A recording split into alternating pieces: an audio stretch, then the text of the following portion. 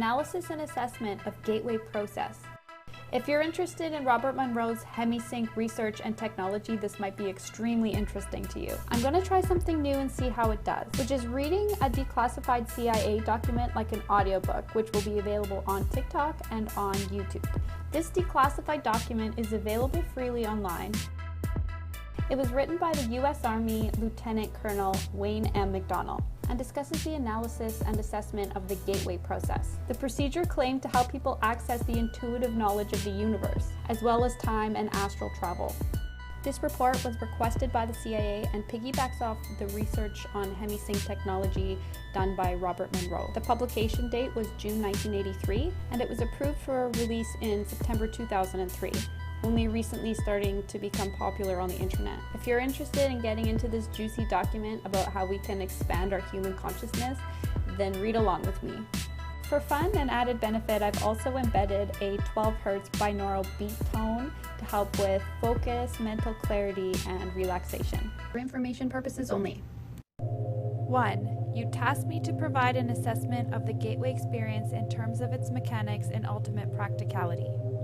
As I set out to fulfill that tasking, it soon became clear that in order to assess the validity and practicality of the process, I needed to do enough supporting research and analysis to fully understand how and why the process works. Frankly, sir, that proved to be an extremely involved and difficult business. Initially, based on the conversations with a physician who took the gateway training with me, I had recourse to the biomedical models developed by Ishtag Bentov to obtain information concerning the physical aspects of the process. Then I found it necessary to delve into the various sources for information concerning quantum mechanics in order to be able to describe the nature and functioning of human consciousness.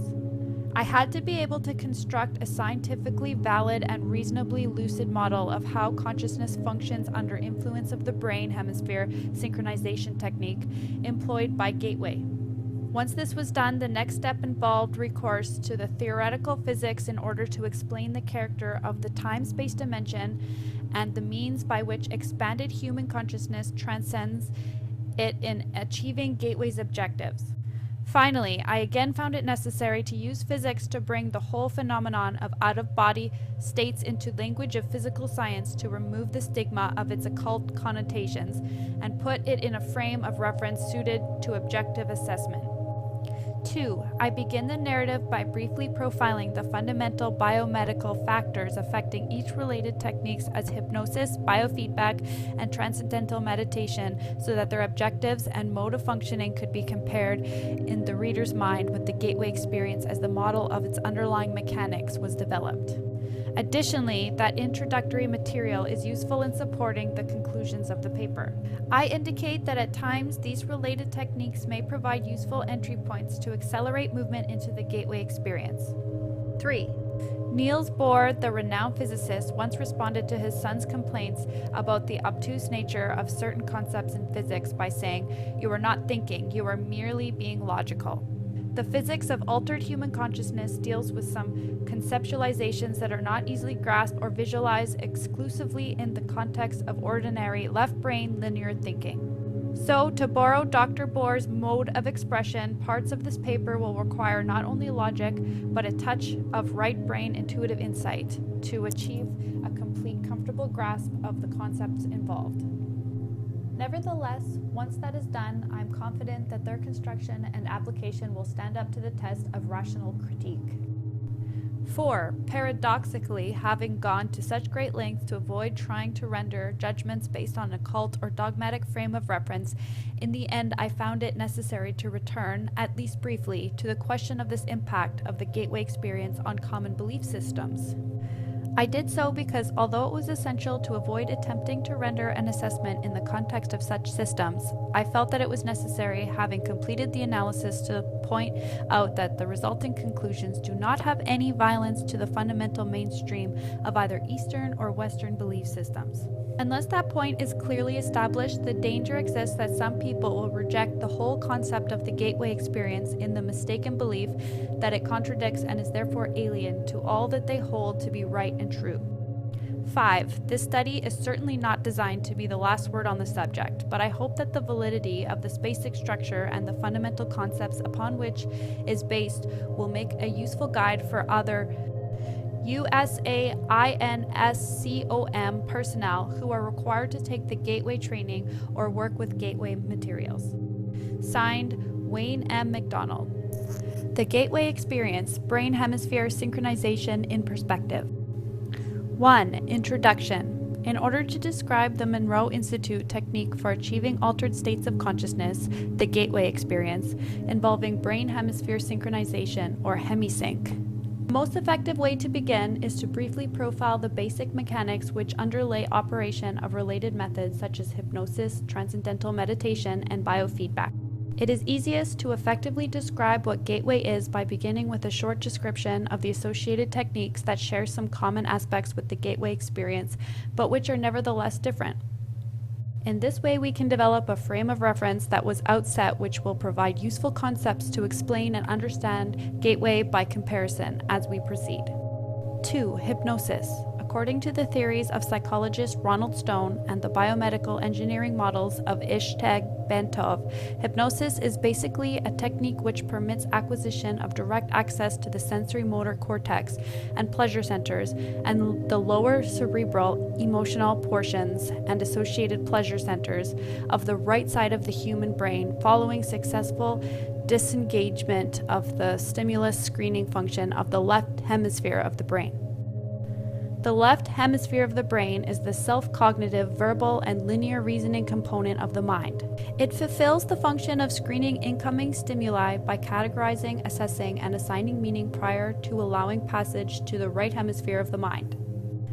The right hemisphere, which functions as the non-critical, holistic, nonverbal, and pattern-oriented component of the brain, appears to accept what the left hemisphere passes to it without question.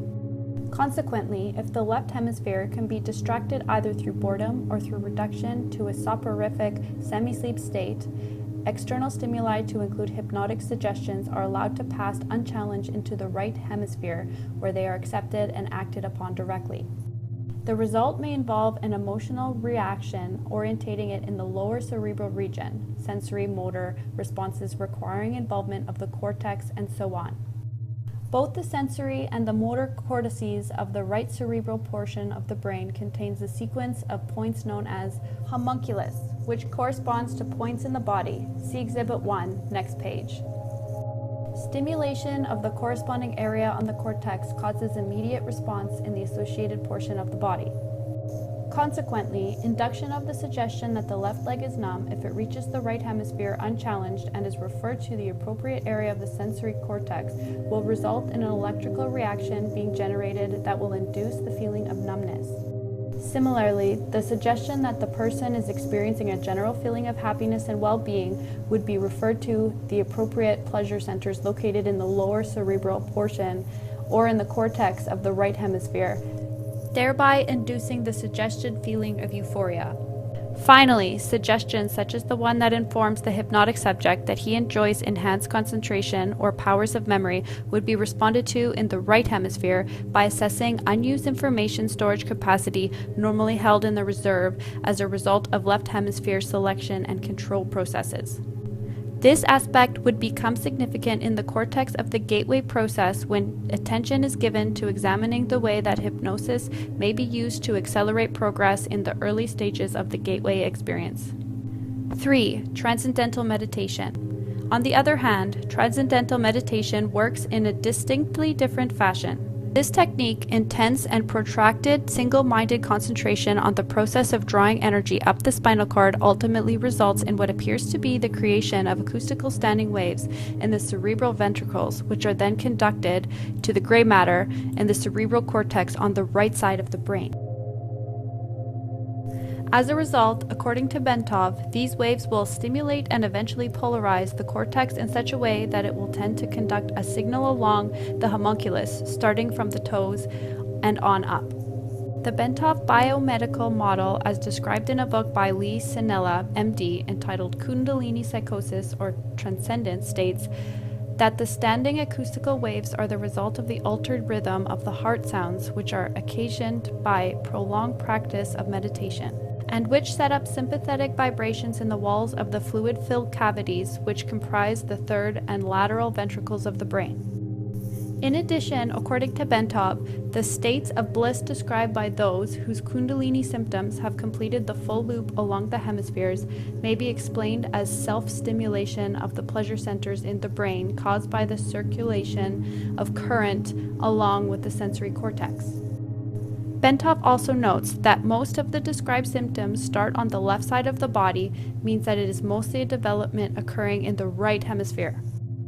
Although normally a period of meditation involving intense concentration and practice for 5 years or some is required to bring up the Kundalini, Bentov states that exposure to mechanical or acoustical vibrations in the range of 4 to 7 Hz cycles per second for protracted periods may achieve the same effect. Bentov cites as an example repeated riding in a car whose suspension and seat combination produce that range of vibrations, or being exposed for long periods of time to these frequencies caused, for instance, by air conditioning duct. He also notes that the cumulative effect of these vibrations may be able to trigger spontaneous physio-kundalini sequence in susceptible people who have a particularly sensitive nervous system. 4. Biofeedback. The third consciousness-altering methodology, which will be briefly described, is biofeedback. Biofeedback is somewhat unique in it actually employs the self-cognitive powers of the left hemisphere to gain access to such areas of the right brain as the lower cerebral, motor, and sensory cortices, and assorted pain or pleasure centers. Instead of suppressing the left hemisphere, as is done in hypnosis, or largely bypassing and ignoring it, as is done in transcendental meditation, biofeedback teaches the left hemisphere first to visualize the desired result and then to recognize the feelings associated with the experience of successful right hemisphere access to the specific lower cerebral cortex, pain or pleasure, or other areas in the manner needed to produce the desired result. Special self-monitoring devices such as the digital thermometer are used to inform the left brain when it succeeds in keying the right hemisphere into accessing the appropriate area. Once this is done, the left brain can then repeatedly instruct the right brain to re-establish the pathways involved so as to produce the same external objective measures of success. This way, the pathways are strengthened and emphasized to such an extent that the left brain consciousness is enabled to access appropriate areas in the right brain using a conscious demand mode. For example, if the subject wishes to increase the circulation in the left leg in order to speed up healing, he may concentrate with his left brain on achieving that result while carefully monitoring a digital thermometer connected to the left leg. When the concentrated effort begins to achieve success, the digital thermometer will register an increase in the temperature of the left leg. At that point, the subject can mentally, left brain, associate the sensations experienced with the result achieved and can begin to emphasize by memory recall the same process to cause it strengthened by affirmation and repetition. In this way, pain can be blocked, healing can be enhanced, malignant tumors can apparently be suppressed and ultimately destroyed, the body's pleasure centers can be stimulated, and a variety of specific physiological results may be achieved. In addition, biofeedback may be used to greatly accelerate achievement of deep meditative states, particularly for beginners who have no expertise in meditative techniques and whose progress in methodology is enhanced through effective visualization and external objective affirmation. Display of the subject's brainwave patterns on a cathode ray tube has proven to be a laboratory-validated means by which subjects may quickly learn to place themselves in profoundly relaxed states characterized by the sort of quietude and singularity of mental focus associated with advanced meditation. 5. Gateway and hemi-sync. Now that we have briefly profiled the basic mechanics of the principal techniques for altering or expanding consciousness, which share some of the objectives and/or methods employed in the gateway experience, we may proceed to focus on what the technique actually involves. Fundamentally, the gateway experience is a training system designed to bring enhanced strength, focus, and coherence to the amplitude and frequency of brainwave output between the left and right hemispheres so as to alter consciousness, moving it outside the physical sphere so as to ultimately escape the restrictions of time and space. The participant then gains access to the various levels of intuitive knowledge which the universe offers. What differentiates the gateway experience from other forms of meditation is its use of hemi-sync technique, which is defined in monograph by Monroe Institute trainer Melissa Jager as a state of consciousness defined when the EEG patterns of both hemispheres are simultaneously equal in amplitude and frequency. Although hemi-sync seems to be rather rare and of only short duration in ordinary human consciousness, Melissa Jager states that audio techniques developed by Bob Monroe can induce and sustain hemi-sync with the Institute's basic Focus 3 tapes. She also notes that studies conducted by Elmer and Alice Green at Menninger Foundation have shown that a subject with 20 years of training in Zen meditation could consistently establish hemi-sync at will, sustaining it for over 15 minutes. Dr. Stuart Twemlow, a psychiatrist and research associate of the Monroe Institute, reports that, in our studies of the effect of the Monroe tape system on brainwaves, we have found that the tapes encourage the focusing of brain energy. It can be measured, as with a light bulb, in watts, into a narrower and narrower frequency band.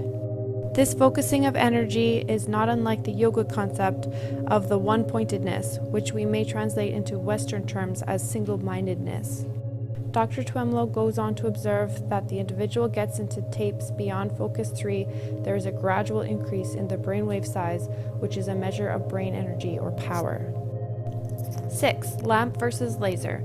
Melissa Jager uses a metaphor to help clarify the process involved in the use of hemi-sync in the gateway experience.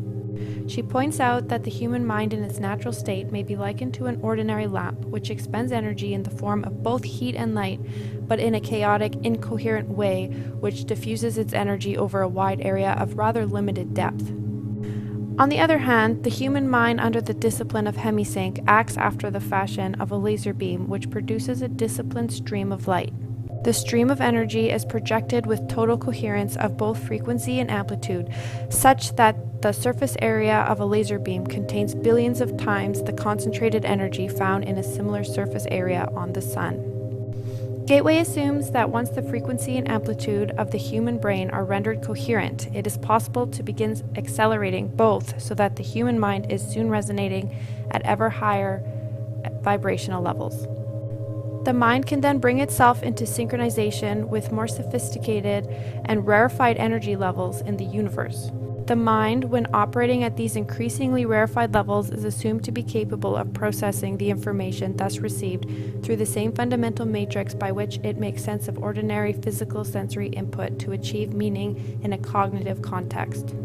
Such meaning is usually perceived visually in the form of symbols, but may also be perceived at astonishing flashes of holistic intuition, or even in the form of scenarios involving both visual and oral perception. The mechanics by which the mind exercises the consciousness function will be addressed in more detail later in this paper. 7. Frequency following response. To achieve synchronization of brain hemispheres, the hemi-sync techniques takes advantage of a phenomenon known as frequency following response, which means that if a subject hears a sound produced at a frequency which emulates one of those associated with the operation of the human brain, the brain will try to mimic the same frequency pattern by adjusting its brainwave output. Therefore, if the subject is in a fully awake state but hears sound frequencies which approximates brainwave output at the theta level, the subject's brain will endeavor to alter its brainwave patterns from the normal beta to the theta level. Since theta level is associated with sleep, the subject concerned may progress from a fully awake to a sleep state, provided that he does not consciously resist as the brain strives to entrain its wave frequency output with one which the person hears. Since these brainwave frequencies are outside the spectrum of sound which can be heard in pure form by the human ear, hemi-sync must produce them based on another phenomenon known as brain's capacity for deducting beat frequencies. If the human brain is exposed to one frequency in the left ear, which is 10 Hz below another audible frequency played in the right ear, rather than hearing either of the two audible frequencies, the brain chooses to hear the difference between them, the beat frequency.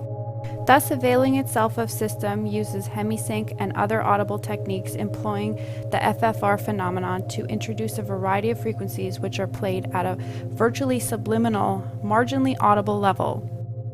The objective is to relax the left hemisphere of the brain, place the physical body in a virtual sleep state, and bring the left and right hemispheres into coherence under conditions designed to promote the production of ever higher amplitude and frequency of brainwave output.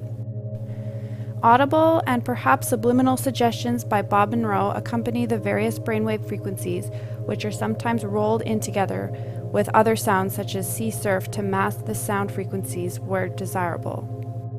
In this way, Gateway endeavors to provide the subject with the tools by which he may alter his consciousness based on his own volition over time through the repetitive use of the tapes so as to access via intuitive means new categories of information not available to ordinary consciousness. 8. Role of resonance. However, brain coherence through entrainment to beat frequencies introduced via stereo headphones is only part of the reason why the Gateway system works.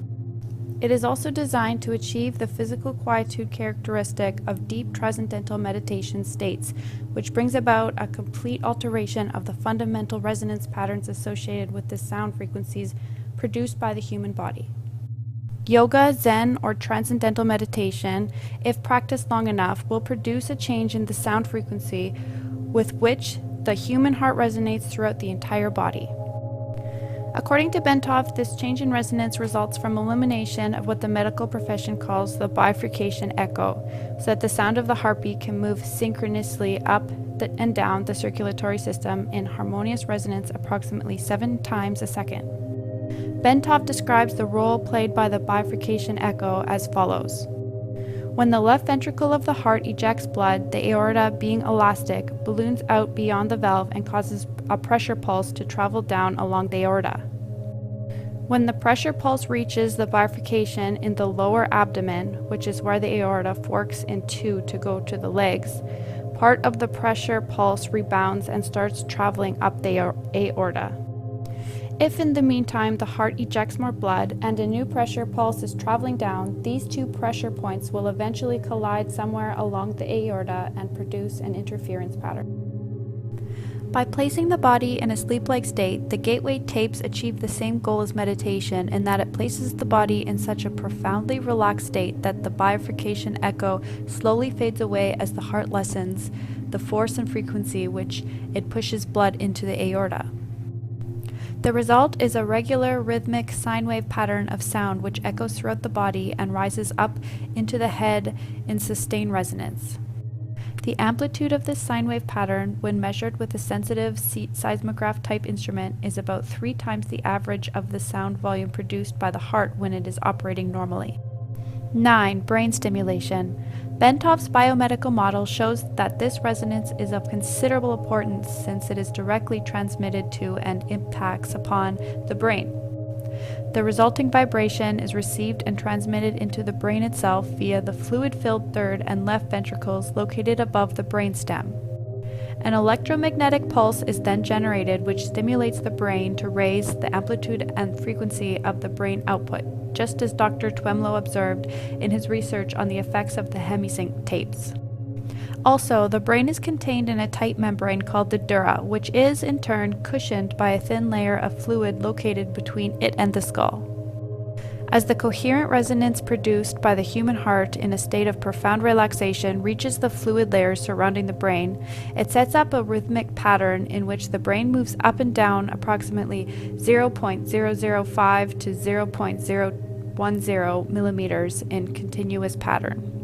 The self-reinforcing character of resonant behavior accounts for the body's ability to sustain this movement despite the minimal level of energy involved. In this way, the entire body, based on its own micromotion, functions as tuned vibrational system which transfers energy in a range of between 6.8 and 7.5 Hz into the Earth's ionosphere cavity. which itself resonates at about 7 to 7.5 Hz. Of this process, Bentov states, "This is occurring at a very long wavelength of about 40,000 kilometers, or just about the perimeter of the planet. In other words, the signal from the movement of our bodies will travel around the world in about 1/7 of a second through the electrostatic field in which we are embedded. Such a long wavelength knows no obstacles, and its strength does not attenuate much over large distances. Naturally, it will go through just about anything: metal, concrete, water, and the fields making up our bodies. It is the ideal medium for conveying a telepathic signal. Consequently, the gateway process is designed to rather rapidly induce a state of profound calm within the nervous system and to significantly lower blood pressure to cause the circulatory system, skeleton, and all other physical organ systems to begin vibrating coherently at approximately 7 to 7.5 cycles per second. The resulting resonance sets up a regular, repetitive sound wave which propagates in consonance with the electrostatic field of the Earth." 10. Energy entrainment. As the body is turned into a coherent oscillator vibrating in harmony with the surrounding electrostatic medium, the specific exercises included in the gateway tapes enjoin the participant to build the energy field surrounding his body, presumably by using energy from the Earth's field, which the body is now entraining because of its ability to resonate with it. This puts the body's energy field into homogeneity with its surrounding environment and promotes movement of the seat of consciousness into the surrounding environment, partly in response to the fact that the two electromagnetic mediums are now in a single energy continuum. Thus, the same process which moves the brain into focused coherence at steadily higher levels of frequency and amplitude so as to entrain analogous frequencies in the universe for data collection also promotes enhancement of bodily energy levels to a point adequate to permit the subject to experience an out-of-body movement when he is ready to do so. More will be said about this topic later. In addition, by resonating with the Earth's electromagnetic sphere, the human body creates a surprisingly powerful carrier wave to assist the mind in communication activity with other human minds similarly tuned. 11. Consciousness and energy. Before our explanation can proceed any further, it is essential to define the mechanism by which the human mind exercises the function known as consciousness, and to describe the way in which that consciousness operates to deduce meaning from the stimuli which it receives.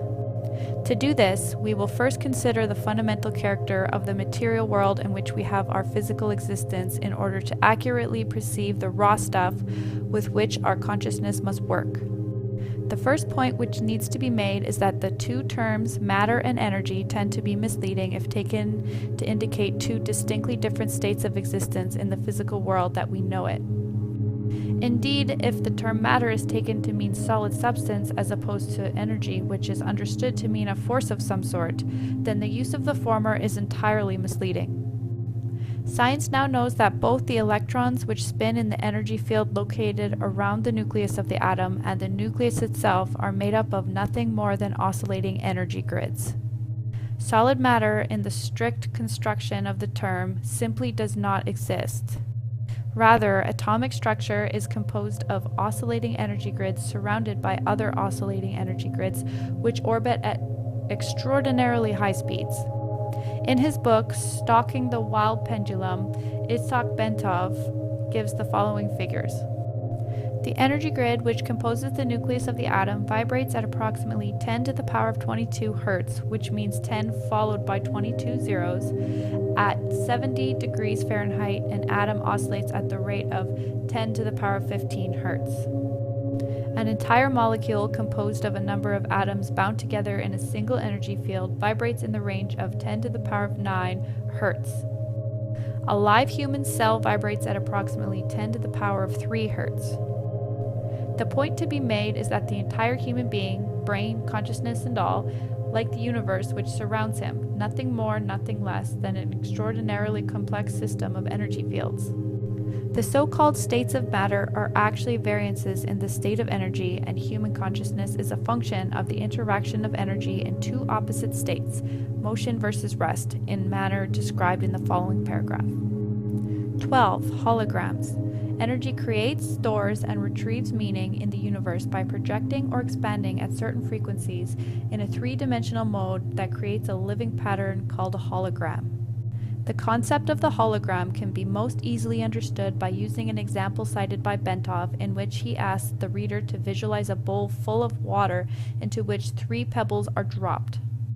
As the ripples created by the simultaneous entry of the 3 pebbles radiate outward towards the rim of the bowl, Bentov further asks the reader to visualize that the surface of the water is suddenly flash frozen so that the ripple pattern is preserved instantly. The ice is removed, leaving the 3 pebbles still lying at the bottom of the bowl. Then the ice is exposed to a powerful coherent source of light such as a laser. The result will be a 3-dimensional model or representation of the position of the 3 pebbles suspended in mid-air. Holograms are capable of encoding so much detail that, for example, it is possible to take a holographic projection of a glass of swamp water and view it under magnification to see small organisms not visible to the naked eye when the glass of water itself is examined. The whole concept of holography, despite its scientific implications, has only been known to the physicists since the underlying mathematical principles were worked out by Dennis Gaber in 1947. He later won a Nobel Prize for his work. Laboratory demonstration of Gaber's work only occurred years later following invention of the laser. As biologist Lyle Watson explains, the purest kind of light available to us is that produced by a laser, which sends out a beam in which all the waves are of one frequency, like those made by an ideal pebble in a perfect pond. When 2 laser beams touch, they produce an interference pattern of light and dark ripples that can be recorded on a photographic plate. And if one of the beams, instead of coming directly from the laser, is reflected first off an object such as a human face, the resulting pattern will be very complex indeed, but it can still be recorded. The record will be a hologram of the face. 13. The part encodes the whole. Of further importance is the fact that even if we dropped our frozen hologram of the ripple pattern on the floor and broke it into a number of pieces, each individual piece would recreate the entire holographic image all by itself. The smaller the piece, the fuzzier and more distorted would be the resulting holographic projection, but the fact remains that a whole projection would nonetheless be made.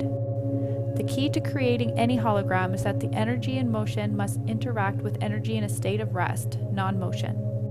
In the foregoing example, the pebbles represent energy in motion, while the water, before its agitation by the pebble, represents energy at a state of rest. To activate, or in effect to perceive the meaning of a holograph, energy, in this case a coherent light source such as a laser beam, must be passed through the interference pattern generated by the interaction between the moving energy and the energy at rest. In the simple example given by Bentov, this requirement was fulfilled by holding the frozen interference pattern in front of the coherent light to project the 3-dimensional holographic images, its meaning, into space. As Marilyn Ferguson, editor of the Brain Mind Bulletin, tells us, another feature of a hologram is its efficiency. Billions of bits of information can be stored in a tiny space. The pattern of the holographic photograph is stored everywhere on the plate.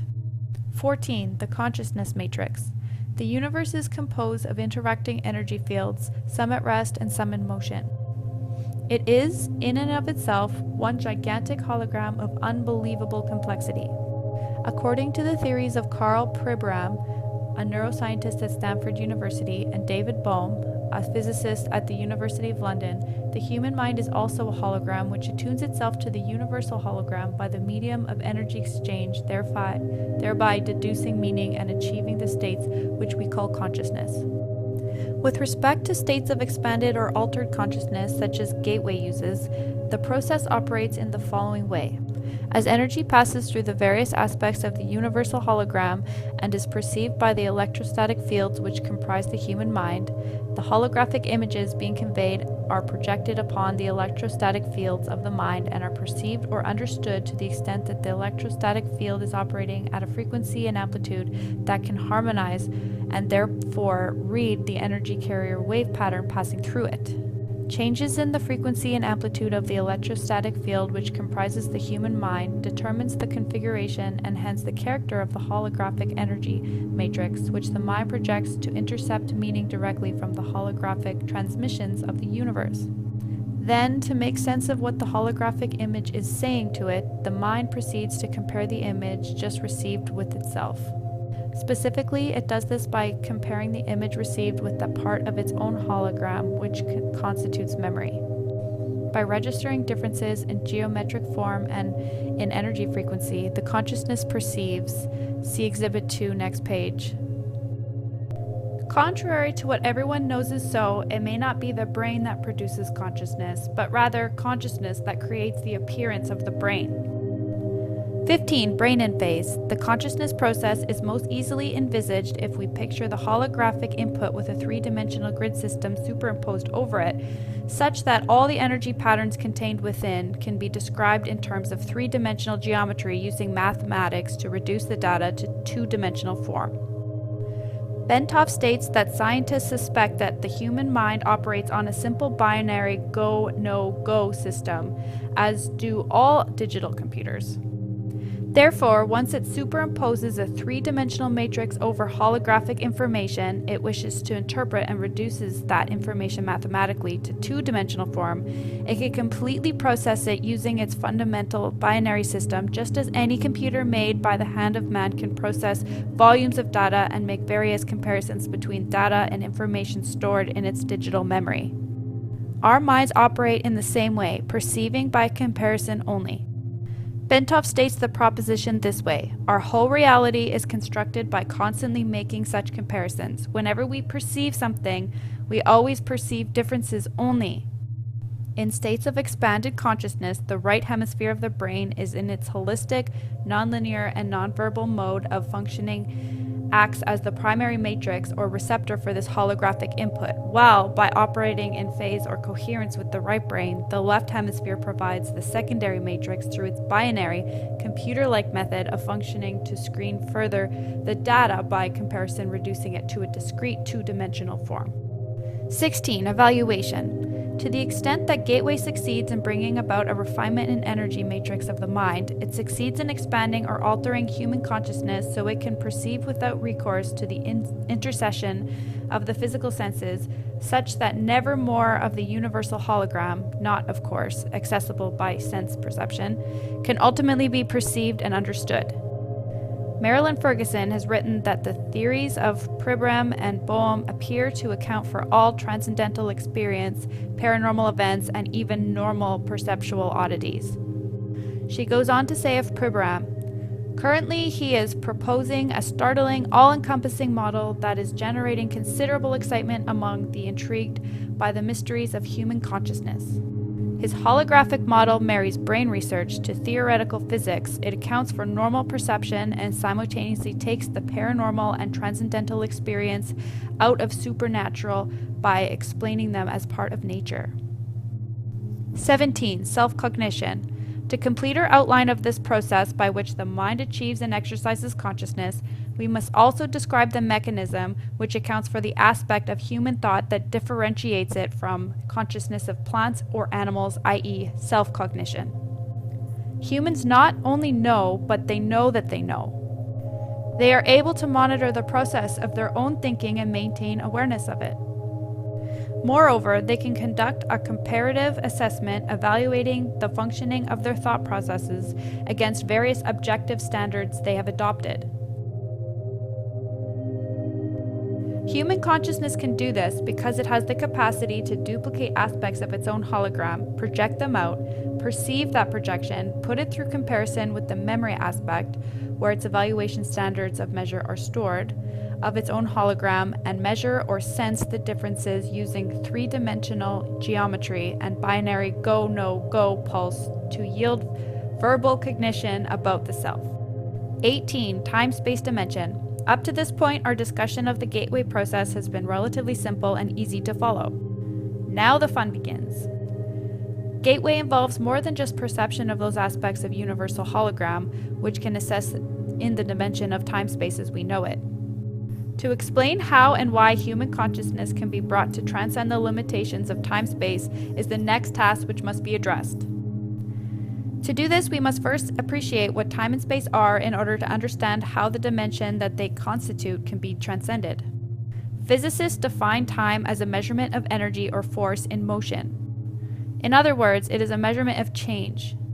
However, in order for energy to be in motion, it must first be limited in some way within the confines of some sort of vibratory pattern so that its confinement gives it the capacity for being contained at a specific location which is distinguishable from other locations, space.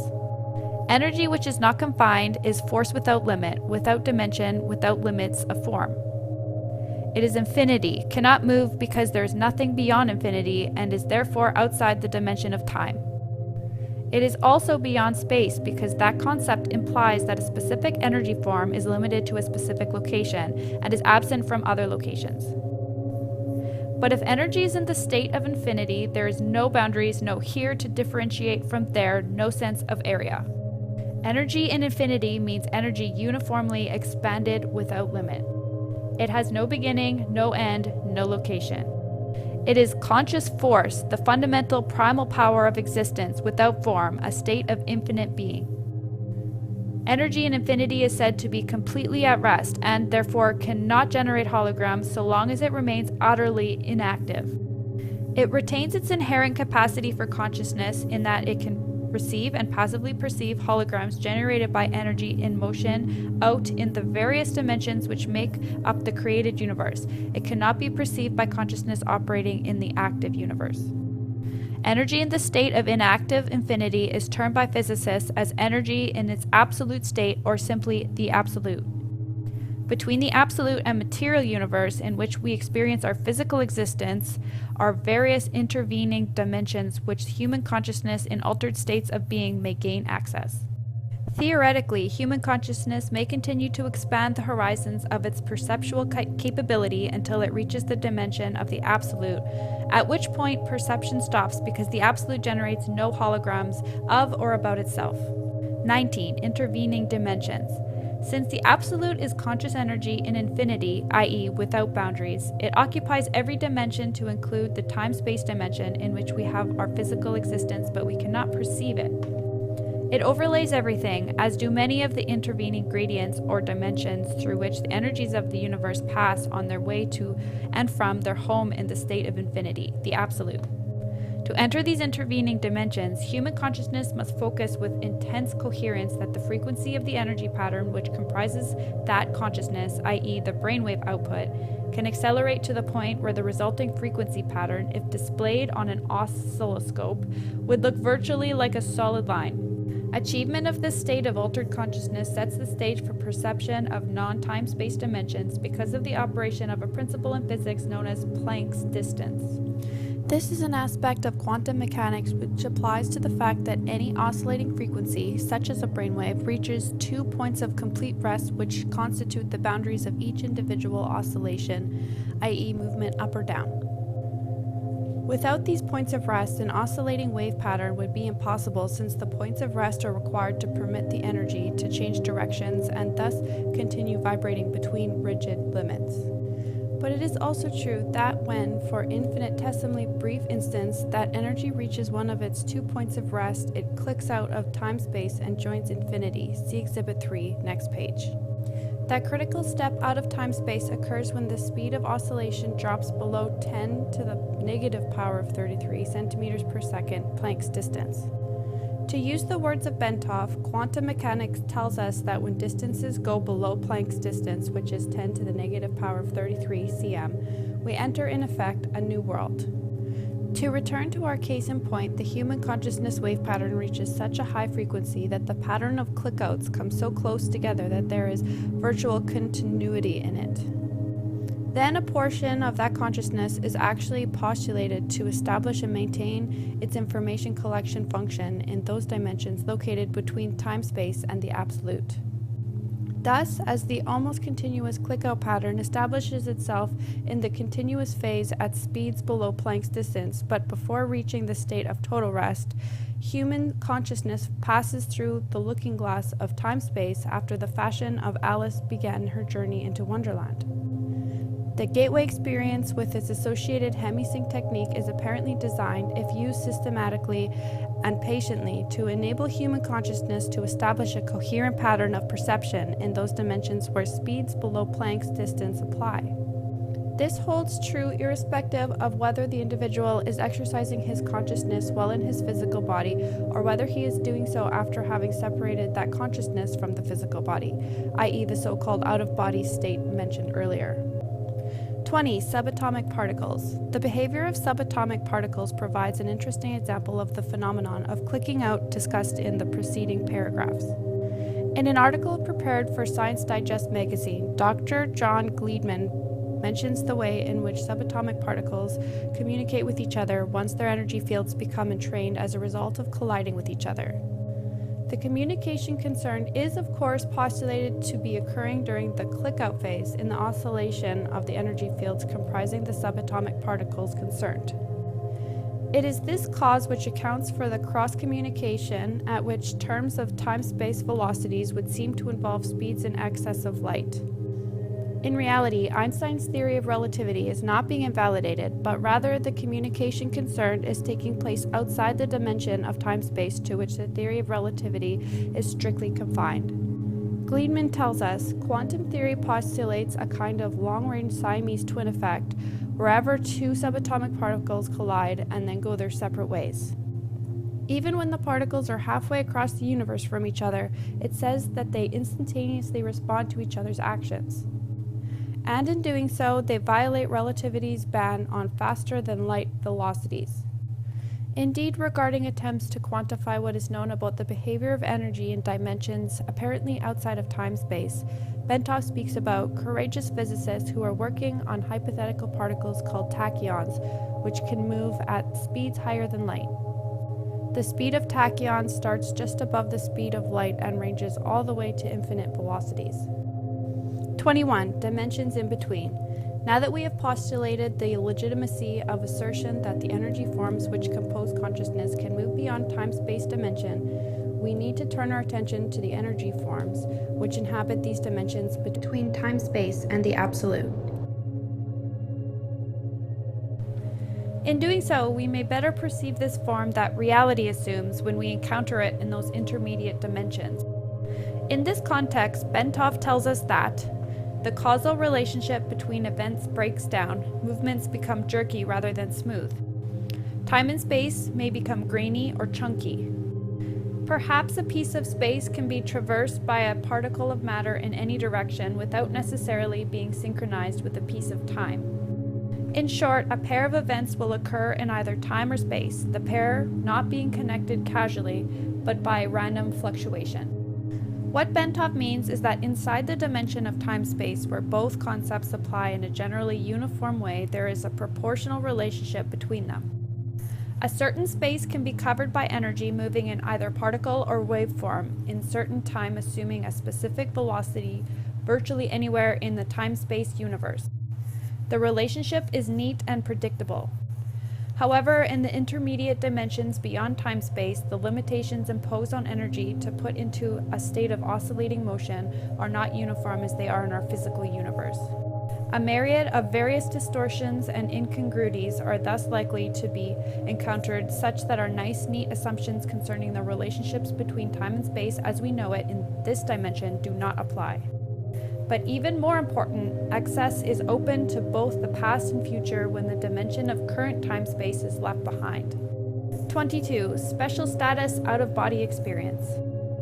Although human consciousness can, with enough practice, move beyond the dimension of time-space and interface with other energy systems in other dimensions, the entire process is appreciably enhanced if that consciousness can be detached in large measure from the physical body before such interface is attempted. Once an individual becomes proficient in the technique of out-of-body movement and then reaches the point where he is able to break out of the time-space while out of his body, he gains the advantage of clicking out part of his enhanced consciousness while starting from a base located much closer to the dimensions with which he wishes to communicate. In other words, since he is starting from a point much higher up, to use as an analogy from time-space context, that part of his consciousness involved in clicking out will have much more time to interact in dimensions beyond time-space because less time is required to traverse the intervening layers. Moreover, once the individual is able to project his consciousness beyond time-space, that consciousness would logically tend to entrain its frequency output with energy environment to which it is exposed, therein greatly enhancing the context to which the individual's altered consciousness may be further modified to achieve a much heightened point of focus and much refined oscillating pattern. As a result, the self-reinforcing process should ensue whereby the farther consciousness in the out-of-body state can be projected beyond the time-space dimension, the more its level of energy output would be enhanced, thus promoting the potential for still further travel. The tentative conclusion to be drawn is that the out-of-body state may be regarded as an extremely effective way of accelerating the process of enhancing consciousness and of interfacing with dimensions beyond time-space. If the practitioner of the gateway technique has a choice of concentrating on achieving and exploiting the out-of-body experience as opposed to concentrating his full efforts on expanding his consciousness exclusively from a physical base, the former would appear to promise much faster and more impressive successes than does the latter. 23. Absolute in perspective. It may be helpful at this point to pause and recap the major aspects of our intellectual journey from time-space to the realm of the absolute. We have spoken at some length concerning the incredibly complex hologram which is created by the intersection of energy patterns generated by the totality of all dimensions of the universe, time-space included.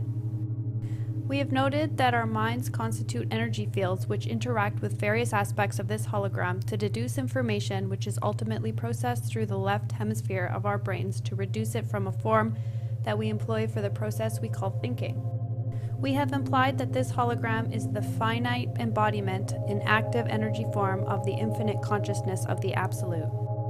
It is that title we assign to that vast pool of energy in a state of perfect rest over which the physical universe is layered, and from whence it comes. Incidentally, to describe this, Bentoff uses the analogy of a very deep sea, comparing the still depth of the sea to the dimension of the Absolute, while assigning the storm-tossed waves above to represent the physical universe with which we are all familiar. The slightly agitated currents of the sea to be found in between the turbulent surface and the totally still depths represent energy in the process of either going into rest, i.e. approaching infinity, or coming out of rest. 24. From Big Bang to Torus. Working from the widely accepted Big Bang theory, Bentoff presents a conceptual model to depict the process of time-space evolution, the relative position of the universal hologram. That hologram is often called a torus because it is thought to have the overall shape of an immense self-contained spiral.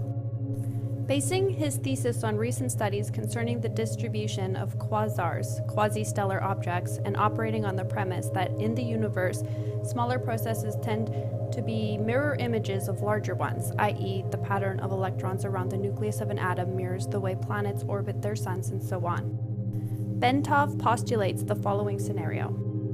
Taking his cue from the observed capability of quasars to eject enormously concentrated beams of matter from their interiors in a controlled, non-concentric version of the Big Bang, he envisages a similar process occurring in the generation of the universe. See Exhibit 4, next page. Noting that those galaxies located to the north of our own galaxy are moving away faster than those located to the south, and that those to the east and west are demonstrably more distant, Bentoff regards these as substantive evidence that the jet of matter which expanded into our universe has turned back upon itself, eventually forming an ovoid or egg shape.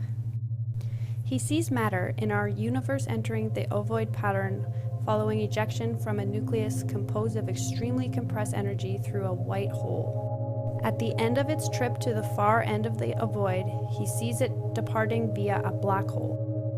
In such a model, time is observed to be a measure of the change which occurs as energy evolves into new, more complex forms as it progresses along the distance from the white hole side of the nucleus around the shell of this cosmic egg until it enters the black hole. In other words, as energy, expelled from infinity and confined within limits by the conscious of the Absolute, achieves form and motion following ejection from the white hole at the top of the egg, time begins as a measure of the cadence of this evolutionary movement as reality goes around the shell of the egg on its journey to the black hole at the far end.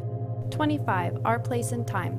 The observed distribution of galaxies suggests that our particular universe is located near the top of the egg at the point where matter begins to fall back on itself, thus explaining the reason why the galaxies to the north are seen to be moving away more rapidly as they are caught up in the downturn of the stream of matter towards the far end of the cosmic egg. See Exhibit 5, next page. Layered over this cosmic egg is the Absolute, which sustains the radiating nucleus from which the original jet of matter issued forth.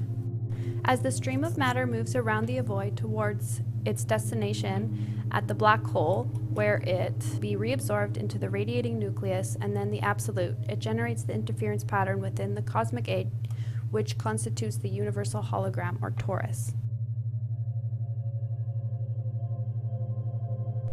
Since the torus is being simultaneously generated by matter in all the various phases of time, it reflects the development of the universe in the past, present, and future, as it would be seen from our particular perspective in one phase of time.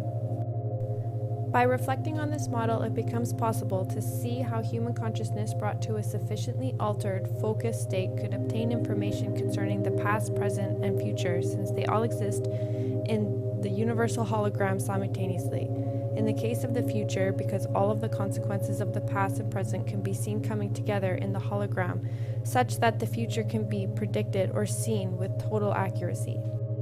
Moreover, it's possible to see how the implosion of energy patterns would cross and recross to create an incredibly complex four-dimensional hologram or torus, in spiral shape in reflection of the multi-dimensional developing pattern of evolution.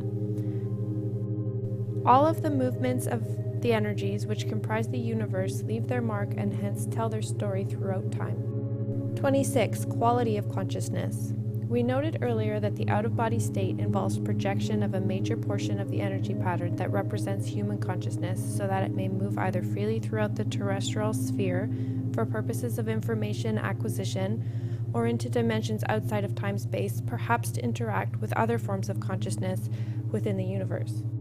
Consciousness is the organizing and sustaining principle that provides the impetus and guidance to bring and keep energy in motion within a given set of parameters so that a specific reality will result. When consciousness reaches a state of sophistication in which it can perceive itself, its own hologram, it reaches the point of self-cognition. Human beings have this form of elevated consciousness, as does the Absolute, but in the case of the latter, it is a function of energy and is associated quality of consciousness in infinity, omniscience and omnipotence in perceptual unity. When energy returns to a state of total rest within the Absolute, it returns to the continuum of consciousness in the pool of limitless, timeless perception that resides there. Thus, the more complex an energy system in the material state, the more consciousness it possesses to maintain its reality. Our consciousness, therefore, is a differentiated aspect of the universal consciousness which resides within the Absolute. It accounts for the organization of the energy patterns which constitute our physical body, but is distinctly separate from and superior to it. Since consciousness exists quite apart from and outside of reality, beyond the bounds of space-time, it, like the Absolute, has neither beginning nor end. Reality has both a beginning and an end because it is bounded within time-space, but the fundamental quantum of energy and its associated consciousness is eternal.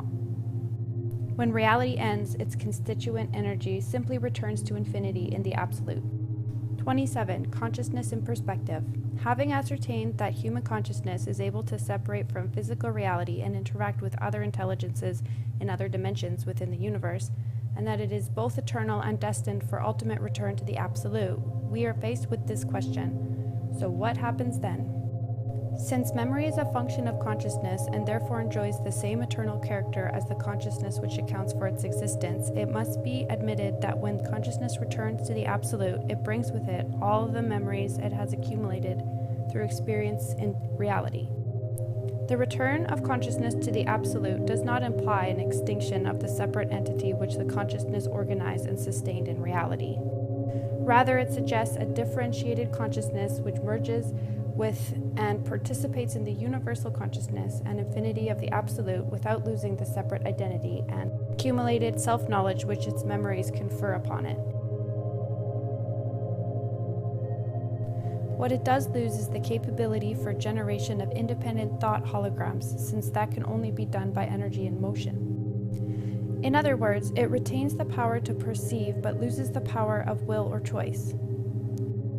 In exchange, however, this consciousness participates in the all-knowing infinite continuum of consciousness, which is a characteristic of energy in the ever-present.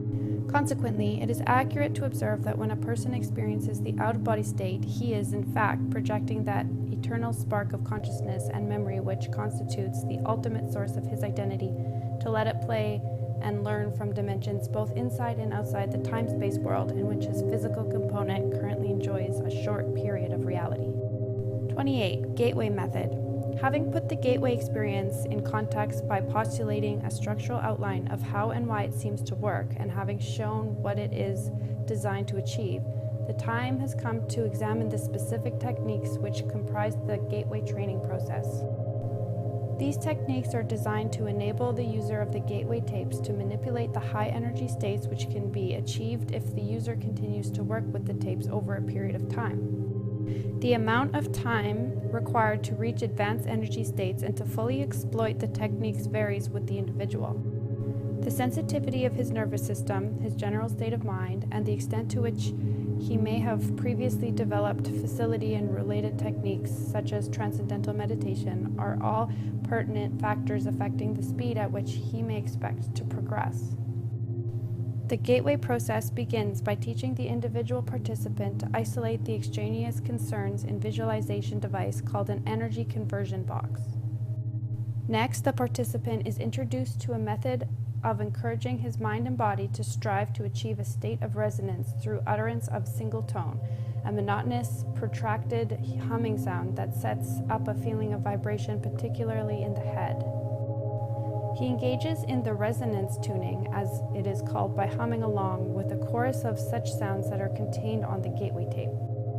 Following this, the participant is exposed to the gateway affirmation and is encouraged to repeat it to himself as he hears it repeated on the tape. This affirmation is a statement to the effect that the individual realizes that he is more than merely a physical body and that he deeply desires to expand his consciousness.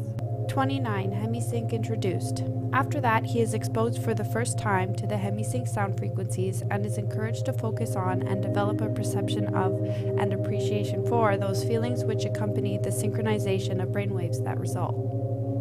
Next comes the technique of progressive and systematic physical relaxation, while the hemi-sync frequencies are expanded to include additional forms of pink and white noise designed to put the physical body at the virtual threshold of sleep, as well as to calm the left hemisphere of the mind while raising the right hemisphere to a state of heightened attentiveness.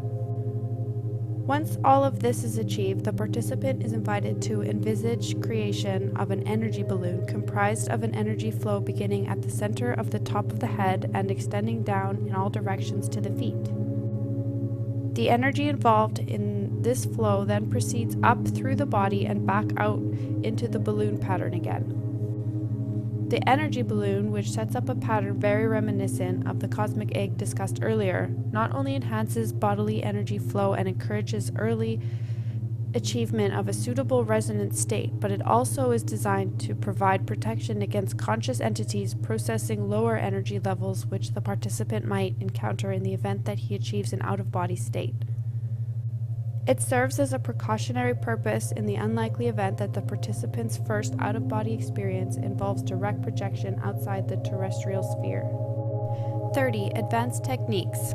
Having reached Focus 10, the participant is now ready to endeavor to achieve a state of sufficiently expanded awareness to begin actually interacting with dimensions beyond those associated with his experience of physical reality. This state is called Focus 12 and involves conscious efforts on his part, while additional forms of pink and white noise enter the sound stream, being directed into his ears from the gateway tape. Once the participant has achieved this state of greatly expanded awareness, he is ready to begin employing a series of specific techniques or tools, as the Monroe Institute characterizes them, which enable him to manipulate his newly found expanded awareness to obtain practically useful feedback of value for promoting self-discovery and personal growth. The specific techniques involved are described individually below. A. Problem solving. This technique involves identifying fundamental problems which the individual wishes to see solved, filling his expanded awareness with his perception of these problems, and then projecting them out into the universe. In this way, the individual enlists the assistance of what Monroe Institute calls his higher self, in other words, his expanded consciousness, to interact with the universal hologram to obtain the information required to solve the problem. This approach may be used to solve personal difficulties, technical problems in the realm of physics, mathematics, etc., practical administrative problems, and so on. Responses to the problem-solving technique may be received almost immediately, but often they come based on developing intuition over the next 2 to 3 days. Frequently, the response comes in the form of a sudden, holistic perception in which the individual suddenly finds that he simply knows the answer in all of his ramifications and completely in context, sometimes without even being able to put his newly found perception into words, at least initially. In some cases, the response may even arrive in the form of visual symbols, which the individual will see with his mind while he is in the Focus 12 state, and which he will have to interpret after he returns to normal consciousness. B. Patterning. This technique involves use of the consciousness to achieve desired objectives in the physical, emotional, or intellectual sphere. It involves concentration on the desired objective while in the Focus 12 state, extension of the individual's perception of that objective into the whole expanded consciousness, and its projection into the universe with the intention that the desired objective is already a matter of established achievement, which is destined to be realized within the time frame specified. This particular methodology is based on the belief that the thought patterns generated by our consciousness in a state of expanded awareness create holograms which represent the situation we desire to bring about, and in doing so establish the basis for our actual realization of that goal. Once the thought-generated hologram of the sought-after objective is established in the universe, it becomes an aspect of reality which interacts with the universal hologram to bring about the desired objective, which might not, under other circumstances, ever occur. In other words, the technique of patterning recognizes the fact that since consciousness is the source of all reality, our thoughts have the power to influence the development of reality in time-space, as it applies to us if those thoughts can be projected with adequate intensity. However, the more complicated the objective sought and the more radically it departs from our current reality, the more time the universal hologram will need to reorient our reality sphere to accommodate our desires. Monroe trainers caution against attempting to force the pace of this process because the individual could succeed in dislocating his existing reality with drastic consequences. C. Color breathing. The next technique is called color breathing and is designed to use the expanded awareness and highly focused attentiveness associated with Focus 12 state to imagine various colors in particularly intense and vivid manner, so as to use them to resonate with and in turn to activate the body's own energies. Fundamentally, in terms of practical application, it is a healing technique which is designed to restore the body and to enhance its physical capabilities by balancing, revitalizing, and retuning bodily energy flows. It is predicated on the principle that the body's electromagnetic field is capable of altering its resonance pattern so as to entrain energy from the Earth's electrostatic field for its own use. The various colors envisaged in the imagination as part of the technique cue the mind as to which frequencies and what specific amplitudes are desired in connection with this entrainment and the subsequent alterations in bodily energy flow patterns. That color has the capacity to affect the human mind is well known, and the effectuality of color in certain kinds of healing is a demonstrable fact. For example, application of an intense blue light to an area of physical tumescence leads to relatively rapid and easily observable reduction in the swelling, while red and to a lesser extent yellow have quite the opposite effect. However, in the hemi-sync application of the technique, external light sources are not involved, but rather the mind is the sole agent of the healing and revitalization. D. Energy bar tool. Magic wands and enchanted scepters have been part of the folklore and occult practices of many cultures. The scepters, staffs, and maces carried by monarchs and high priests alike occur with such frequency in the history of bygone eras as to suggest that at the very least, these items are aspects of some type of archetypical symbol in which the human mind seems to appreciate, perhaps quite subliminally. In any case, the energy bar tool technique involves envisaging a small, intensely pulsating dot of light which the participant charges in his imagination with enormous energy until it is virtually pulsating. The participant then extrudes the dot into the shape of a sparkling, vibrating cylinder of energy, which he then uses to channel force from the universe to selected parts of his body for purposes of healing and revitalization. E. Remote viewing. In addition, the energy bar tool is used as a portal for initiating a follow-on technique called remote viewing. In this context, the participant turns his bar of energy into a whirling vortex through which he sends his imagination in search of new and illuminating insights. The apparent purpose of the symbolism involved in the vortex seems to be to cue the subconscious and convey to it instructions as to what the participant wishes to do, but in terms of nonverbal symbols which the right hemisphere of the mind is capable of understanding. F. Living body map. This technique provides amplification for application of the energy bar tool as a means of healing specific areas or systems of the human body. The configuration of the participant's body is imagined, and then the various major systems such as the nervous and circulatory systems are envisaged in appropriate colors within the confines of the outline being held in the imagination. The energy bar tool is then applied to energizing, balancing, and healing in whatever manner the participant desires. In the process, the participant visualizes various streams of colored energy flowing out of the tool into the organ systems or area upon which the revitalizing or healing application is being made.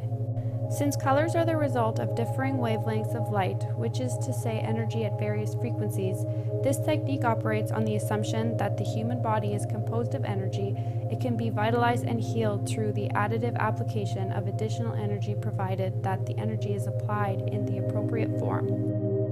G. Focus 15. Travel into the past. All of the preceding techniques are conducted at the level of expanded awareness known as Focus 12. However, the technique of time travel into the past involves further expansion of consciousness through the inclusion of additional levels of sound on the hemi-sync tapes.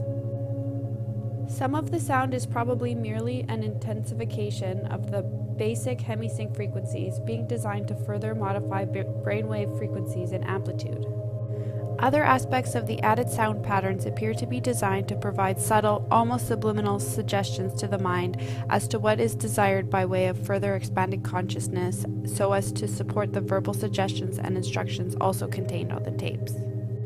Even the instructions are highly symbolic, with time being visualized as a huge wheel in the universe with various spokes, each of which gives access to a different part of the participant's past. Focus 15 is a very advanced state and is extremely difficult to achieve. Probably less than 5% of all participants in any given gateway experience actually fully achieve the Focus 15 state during the course of the approximately 7 days of training. Nonetheless, Monroe Institute trainers affirm that with enough practice, eventually Focus 15 can be achieved.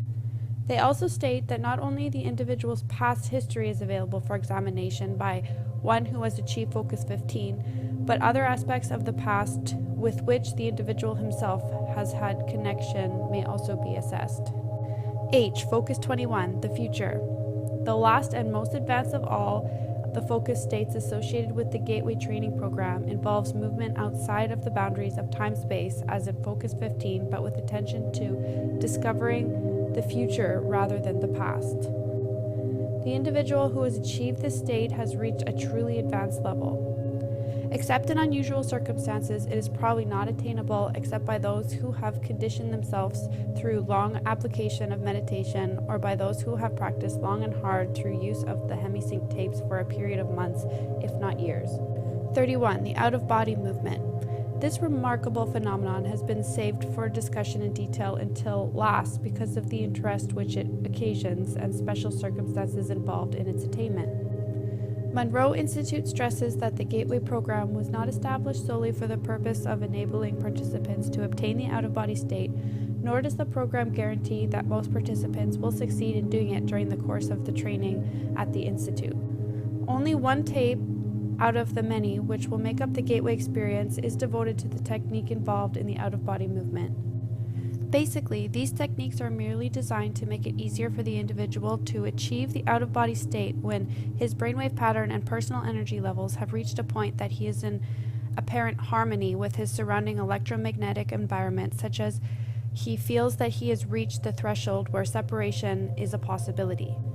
To facilitate achieving the out-of-body state, Bob Monroe, the founder of the Monroe Institute, is quoted in a recent magazine article as saying that in order to assist the participant, the particular hemi-sync tape concerned with that technique employs beta signals of around 2,877.3 CPS cycles per second.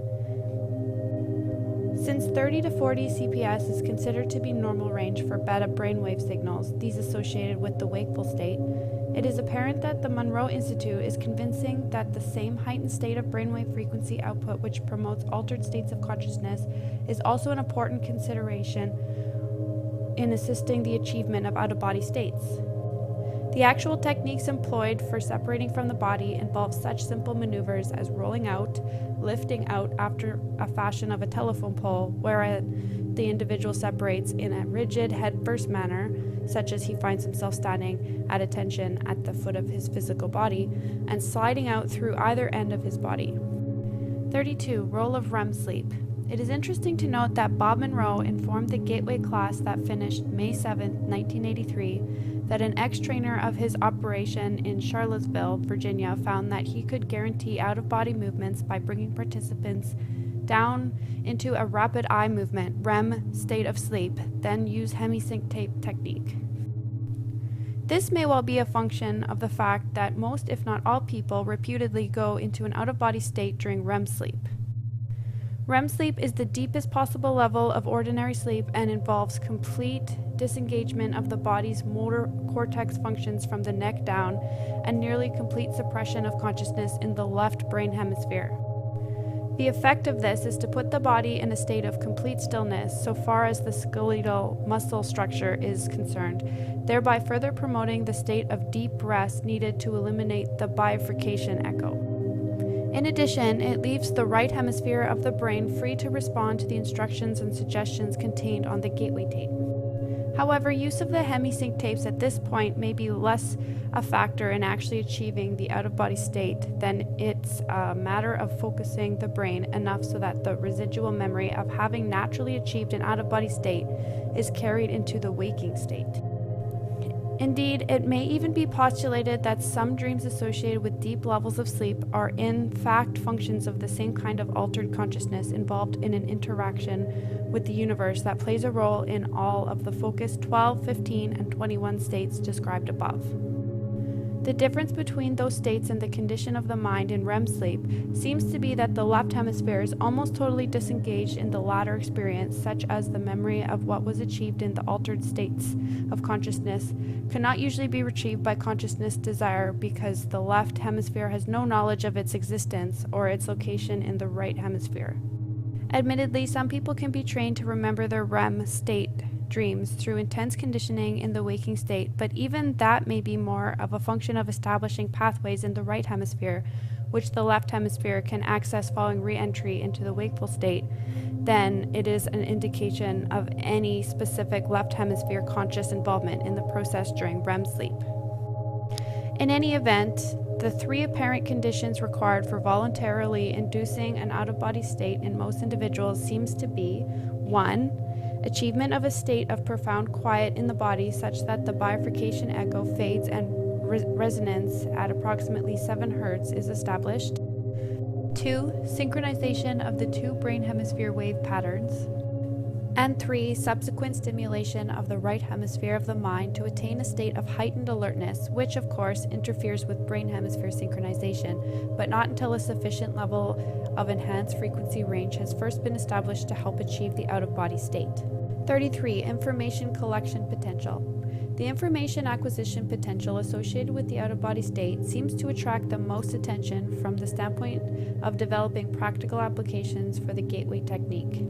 Unfortunately, although the out-of-body state can apparently be achieved by many people without excessive expenditure of time or effort, the purpose to which it can be put are currently limited by the fact that although individuals in that state may travel anywhere in an instantaneous basis in either the terrestrial or other spheres, information distortion in the former context remains a major concern. To date, according to one of the trainers at Monroe Institute, numerous experiments have been conducted involving persons moving from one coast to the other in the out-of-body state to read a series of 10 computer-generated numbers in a university laboratory.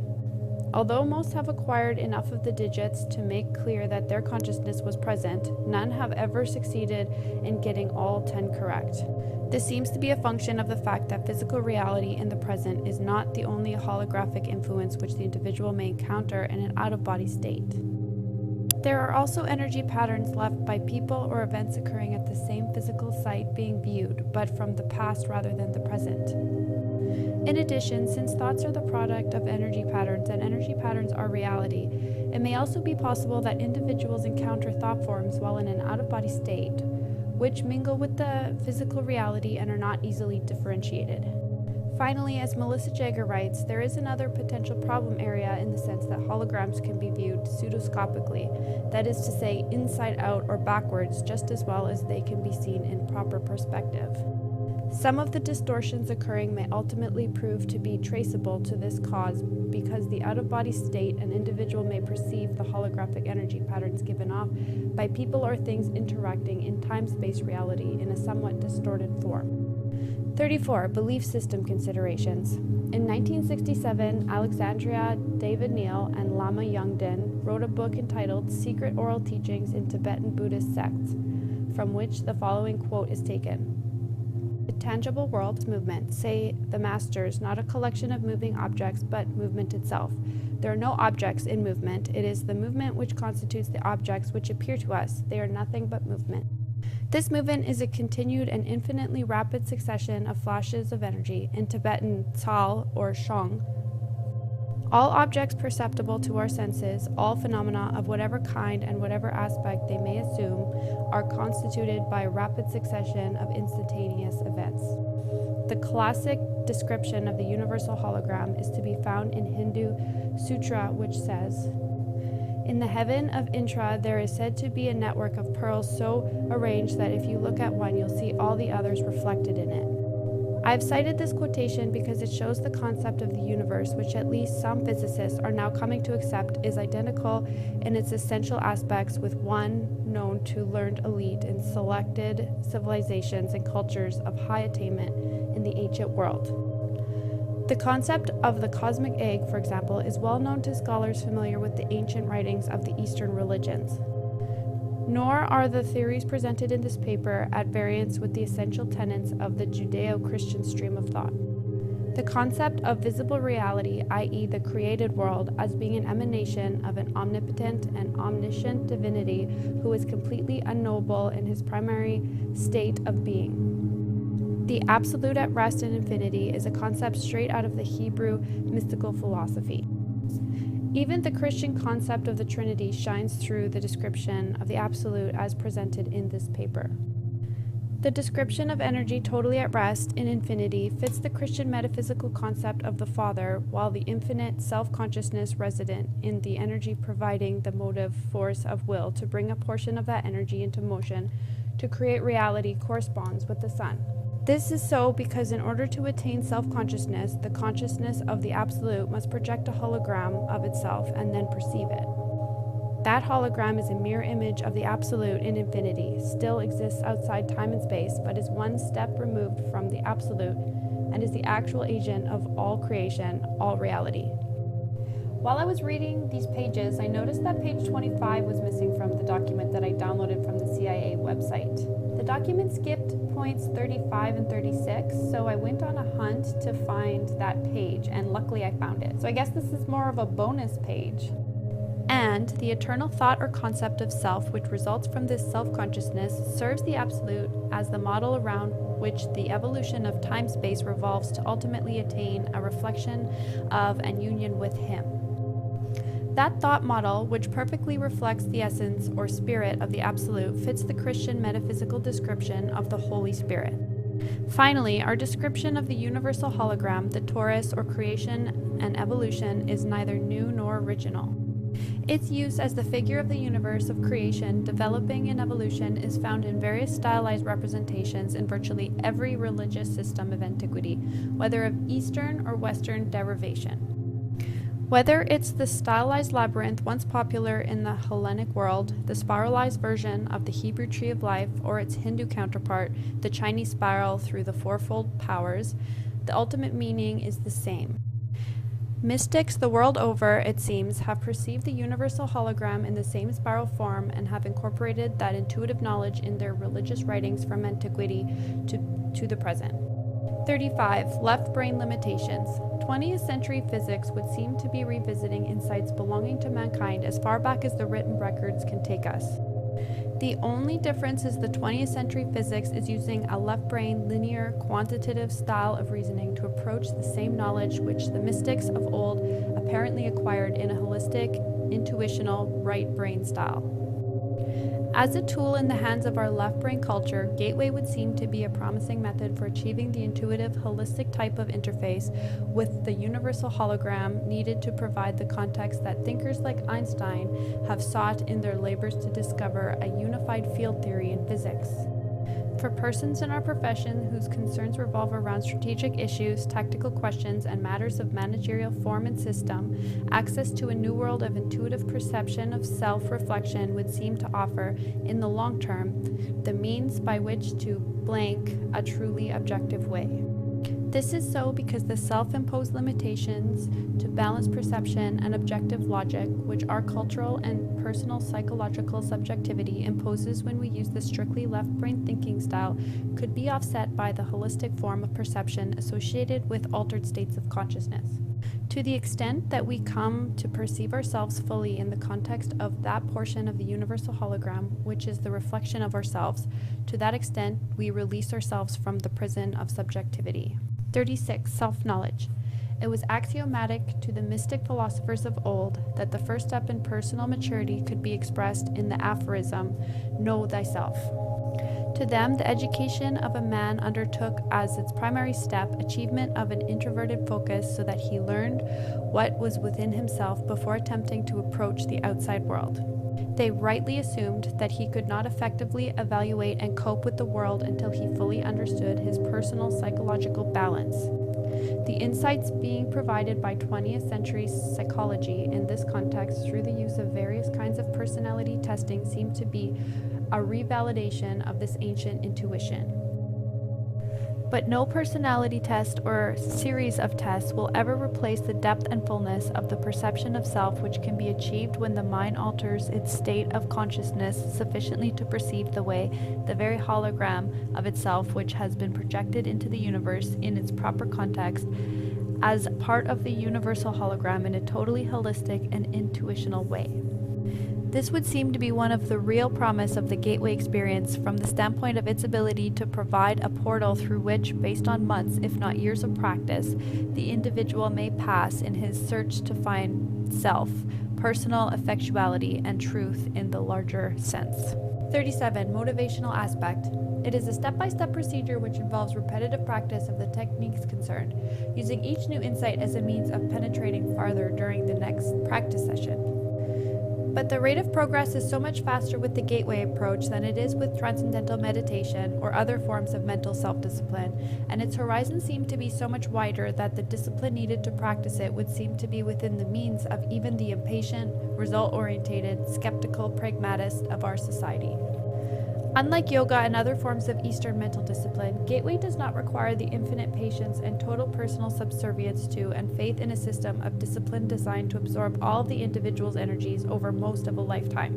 Rather, it will begin to produce at least minimal results within a relatively short time, such that enough feedback is available to motivate and energize the individual to continue working with it. Indeed, the speed with which an individual may expect to progress seems less of a function of the number of hours spent practicing than it is of a question of the speed with which he or she is able to use the insights gained to release anxieties and stresses within both the mind and the body. These points of energy blockages seem to provide the principal barriers to achieving the enhanced energy states and focus of mind needed for rapid progression. The more compulsive, the more uptight an individual may be at the outset, the more barriers he or she will initially encounter to achieving a deep or immediate experience. But as the insights begin to come and the blockages begin to dissolve, the way ahead becomes increasingly clear, and the value of Gateway moves from the status of matter of intellectual assessment to one of personal experience. 38. Conclusion. There is a sound, rational basis in terms of physical science parameters for considering Gateway to be plausible in terms of its essential objectives. Intuitional insights of not only personal but of practical and professional nature would seem to be within bounds of reasonable expectations. However, a phased approach for entering the Gateway experience in an accelerated mode would seem to be required if the time needed to reach advanced states of altered consciousness is to be brought within the more manageable limits from the standpoint of establishing an organization-wide exploitation of Gateway's potential. The most promising approach suggested in the foregoing study involves the following steps. A. Begin by using the Gateway hemi-sync tapes to achieve enhanced brain focus and to induce hemisphere synchronization. B. Then add strong REM sleep frequencies to induce left brain quiescence and deep physical relaxation. C. Provide hypnotic suggestion designed to enable an individual to induce deep auto-hypnotic state at will. D. Use auto-hypnotic suggestion to attain much enhanced focus of concentration and motivation in rapidly progressing through Focus 12 exercises. E. Then repeat steps A and B following the use of auto-hypnotic suggestion that an out-of-body movement will occur and be remembered. F. Repeat step E to achieve facility in gaining out-of-body state under conscious control. Alter hypnotic suggestion to stress ability to consciously control out-of-body movements and maintain it even after REM sleep state ends. G. Approach Focus 15 and 21 objectives, escape from time-space and interact within new dimensions from the out-of-body perspective. H. Use multi-focus approach to solve problems of distortion in terrestrial information gathering trips. This approach involves the use of 3 individuals in the out-of-body state, one viewing the target object here in time-space, one viewing at Focus 15 as it slips into the immediate past, and one viewing it at Focus 21 as it slips from immediate future. Debrief all 3 and compare data gathered from the 3 points of view. If care is taken to ensure that the 3 all go out of body together in the same environment, their consciousness energy systems should resonate in sympathetic oscillation. They can tune into the same target on different planes, dimensions, with greater effectiveness. I. Encourage pursuit of full self-knowledge by all individuals involved in the foregoing experiments to enhance objectivity in out-of-body observation and thinking, and to remove personal energy blockages likely to retard rapid progress. J. Be intellectually prepared to react to possible encounters with intelligent, non-corporeal energy forms when time-space boundaries are exceeded. K. Arrange to have groups of people in Focus 12 state unite their altered consciousness to build holographic patterns around sensitive areas to repulse possible unwanted out-of-body presences.